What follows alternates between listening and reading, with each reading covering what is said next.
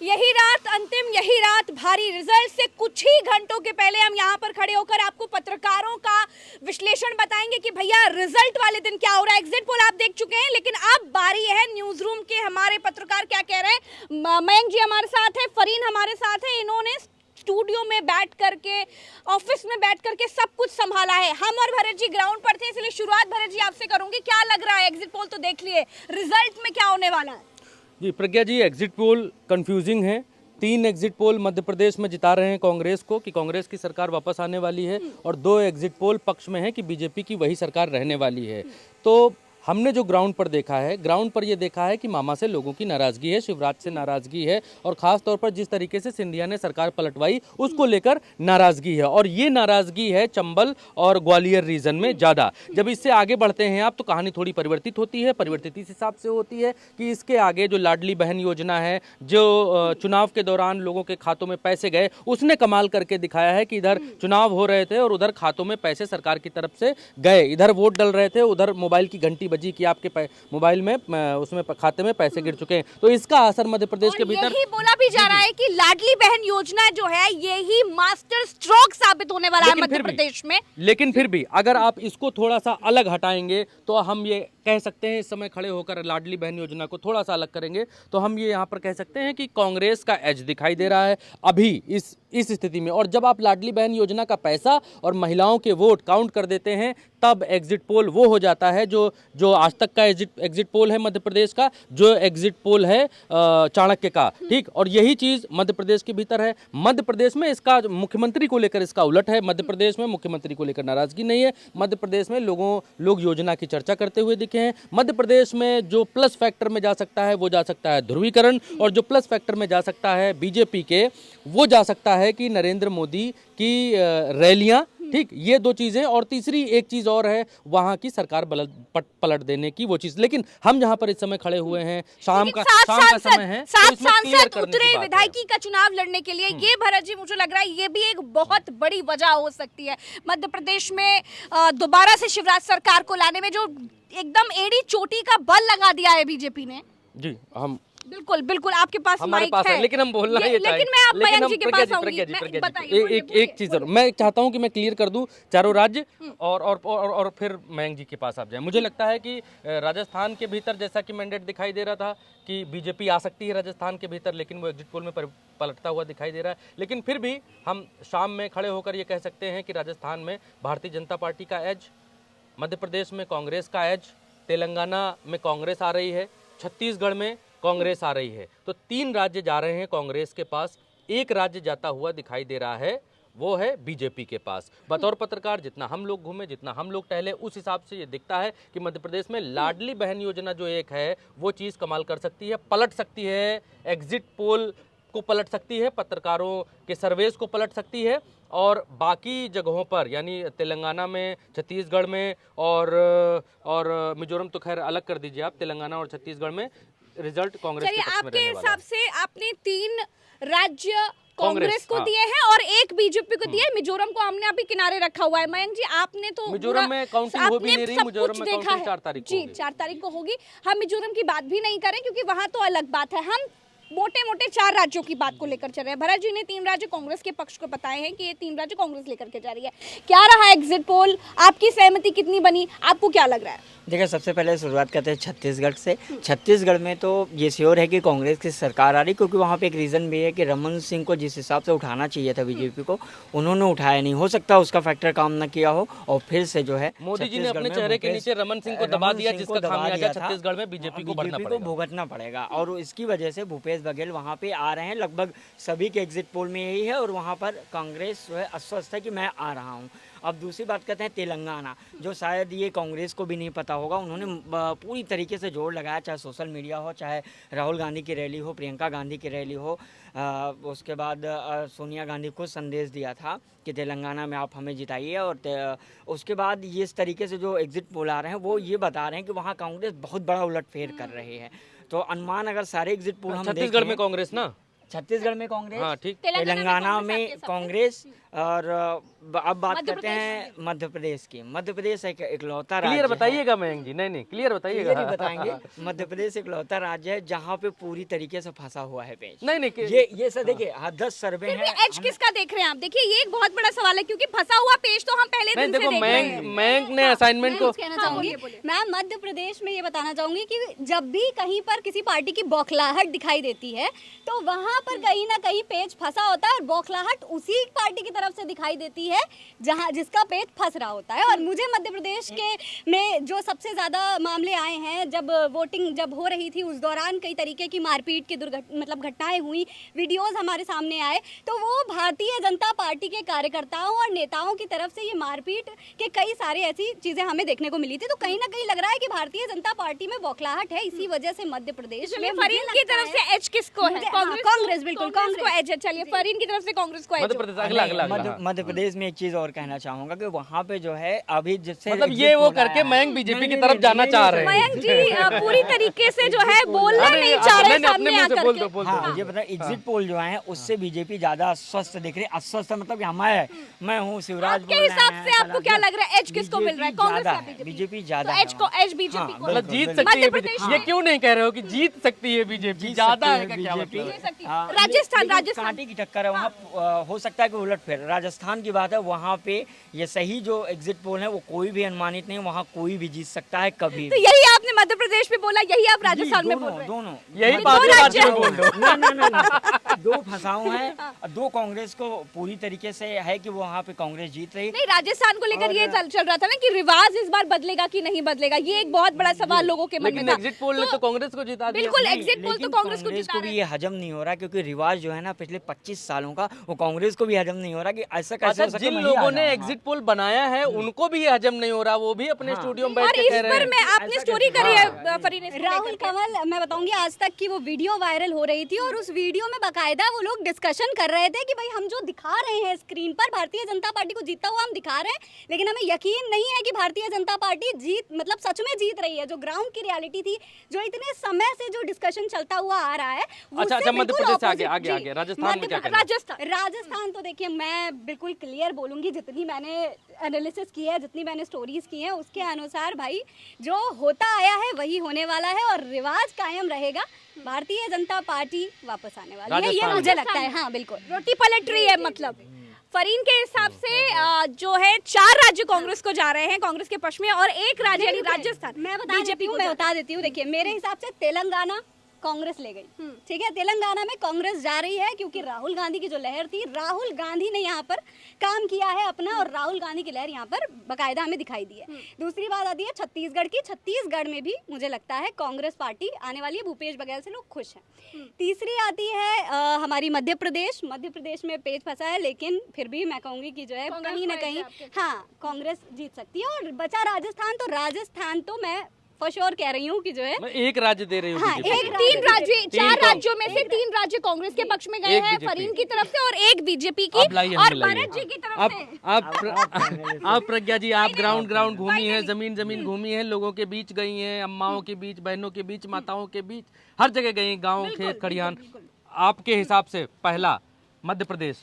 देखिए मध्य प्रदेश में मैं ऐसा मानूंगी कि शिवराज सिंह चौहान ने जो लास्ट में कमाल किया है लाडली बहन योजना का, ये जो लोग कह रहे हैं ये बिल्कुल सत्य है, ग्राउंड पे भी दिखाई दिया है, लेकिन मेरी हिसाब से कांग्रेस को एज मिलता हुआ दिख रहा है मध्य सरकार प्रदेश में। किसकी बन रही है? एज नहीं, रिजल्ट आने में कुछ ही घंटे। सरकार किसकी बन रही है आपके हिसाब से? देखिए सरकार अरे तो फेल हो जीती- जाएगा, फेल हो जीती जाने तो दीजिए। पिछली बार भी कांग्रेस थी, लेकिन किसी जोड़ तोड़ तरीके से बीजेपी ने बना लिया, तो फिर सरकार किसकी बनती हुई दिख रही है ये मैं अभी नहीं कहूंगी, लेकिन ये जरूर कहूंगी कि एज कांग्रेस को दिख रहा है मध्य प्रदेश में। और हाँ, अगर next आप राजस्थान के हाँ। लिए पूछेंगे तो राजस्थान में क्योंकि रिवाज है कि रोटी पलटनी चाहिए, लोग भी कहते हैं कि नहीं, आपने क्या देखा? देखिए, मैं रिवाज ground अलग से- बात है, देखिए, रिवाज फरीन मेरा कहे अपना तो कुछ चलता है, नहीं है लेकिन भरत लेकिन जी। आपने मैंने ground पर 5, जो 6, 7 देखा- जिले तो घूमे हैं, हाँ। तो उन जिलों के हिसाब मैंने से आपका ग्राउंड क्या पर जो है? देखा मैं उस हिसाब जितने से लोगों आपको से बता बात रही करी हूँ। उतने लोगों के क्योंकि हिसाब से मैं जो बताइए। कैलकुलेशन कर पा रही हूँ, मैंने ग्राउंड पे जो लोगों से बात करी है उस हिसाब से आपको बता रही हूँ कि लोगों का ये कहना है राजस्थान में कि गहलोत ने काम बढ़िया किया है जी, मुख्यमंत्री बढ़िया है, लेकिन बदलाव होना सरकार चाहिए। किसकी बन रही मेरे है? हिसाब से राजस्थान में बीजेपी को आनी edge चाहिए। है। हाँ, समझ गए हम, बीजेपी भावना को आपकी। edge है, हाँ, आनी एज चाहिए मतलब या एज नहीं का आनी मतलब तो चाहिए? वही हुआ। देखिए, चलिए खुल्लम खुल्ला बोलिए ना भाई, आप पत्रकार हैं तो खुल्लम खुल्ला बोलिए। बीजेपी सरकार राजस्थान में आ रही है, खुल्लम ऐसा खुल्ला बोलिए। बोलने में कोई दिक्कत नहीं है भाई। हम कोई भगवान नहीं है, कोई भविष्यवक्ता नहीं है, हम कोई एजेंसी नहीं है, हम कोई बहुत बड़े न्यूज चैनल नहीं है जिसके पास बहुत सारे सोर्सेस हो।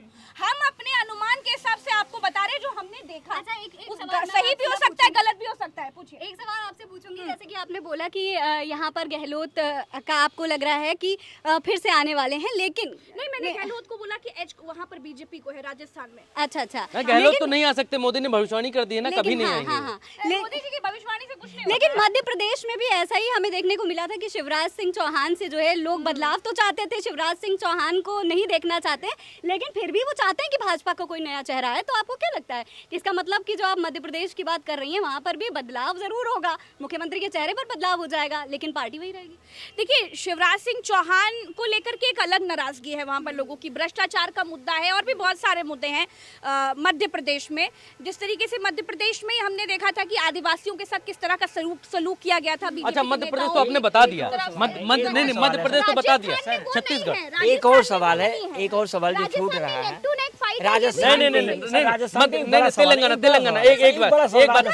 क्योंकि सवाल सवाल करने आज दीजिए। से 2-3 मैं वो सवाल इसलिए क्योंकि आज से 2-3 महीने पहले प्रज्ञा जी जब तेलंगाना गई थी, 2 महीने पहले मेरे ख्याल से, तो प्रज्ञा जी का कहना था कि बीआरएस की वापसी होगी। आज प्रज्ञा जी न्यूज रूम में ये बोल रही थी कि कांग्रेस की वापसी होगी। किस आधार पर आप कह रही हैं कांग्रेस की वापसी होगी? सिर्फ एग्जिट पोल के आधार पर? देखिए, मैं एग्जिट पोल के आधार पर बिल्कुल नहीं बोल रही हूँ। एग्जिट पोल भी कोई भविष्यवक्ता नहीं है, वो भी अनुमान लगाते हैं, सही भी हो सकता है, गलत भी हो सकता है। लेकिन मैं इस आधार पर बोल रही हूँ कि जिस तरह से भारत जोड़ो यात्रा हुई, कर्नाटका कांग्रेस जीती है, जिस तरह से जमीन ग्राउंड लेवल पर बहुत साइलेंटली काम किया है कांग्रेस ने।